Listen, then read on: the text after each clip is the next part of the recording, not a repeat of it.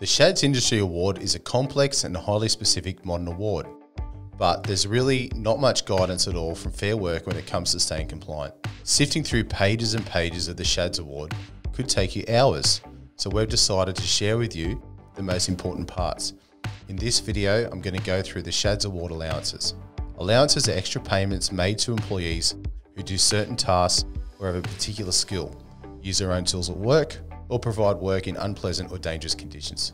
With the Fair Work Commission clamping down on compliance, you'll want to stick around to ensure you understand what allowances your employees are entitled to. Before we get started, I want to stress the importance of payroll compliance. This video is intended for general guidance. You should always consult with a qualified payroll professional or accountant who can provide you with the tailored advice for your circumstances. The first allowance applies when you don't provide your employees with the required uniform. You'll have to pay then what's called a clothing and equipment allowance. Instead of giving the employee a uniform, you need to pay them an allowance of $1.23 per shift or $6.24 per week, whichever ends up being the smaller amount. If you give your employees a uniform and don't launder them for free, you'll also pay your employees a laundry allowance of 32 cents per shift or $1.49 per week, whichever ends up being the smaller amount. The third allowance is for any of your qualified first aiders if you expect them to perform first aid duties on a shift. For full-time employees, you'll have to pay them $16.80 each week.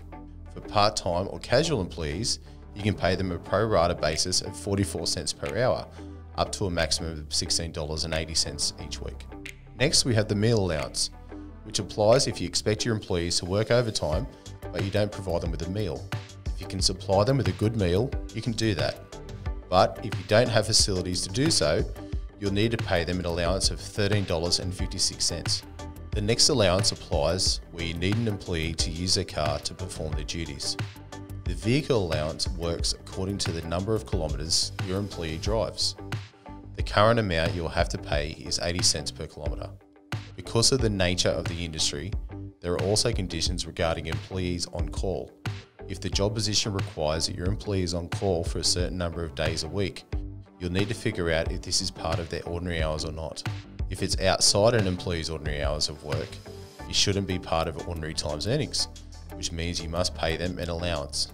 The allowance will end up being 2% of the employee's standard rate for weekdays, so Monday to Friday, and 3.96% for any other day or public holiday. The last allowance is based on working conditions. If your employee works for more than 1 hour in the shade in places where artificial heating method raises the temperature, you must pay your employee a heat allowance. If the temperature is between 40 and 46 degrees Celsius, you must pay them 0.5% of their standard rate per hour or part of that hour. But if the temperature is more than 46 degrees Celsius, you need to pay them 0.6% of the standard rate per hour or part of that hour. So there are the 7 allowances you must make to employees if you fall under the SHADS Award. If you have any questions about the SHADS Award, allowances, or you're interested in putting your payroll process on autopilot to save you time and money, get in touch with us at PayCat for a free assessment. See you next time.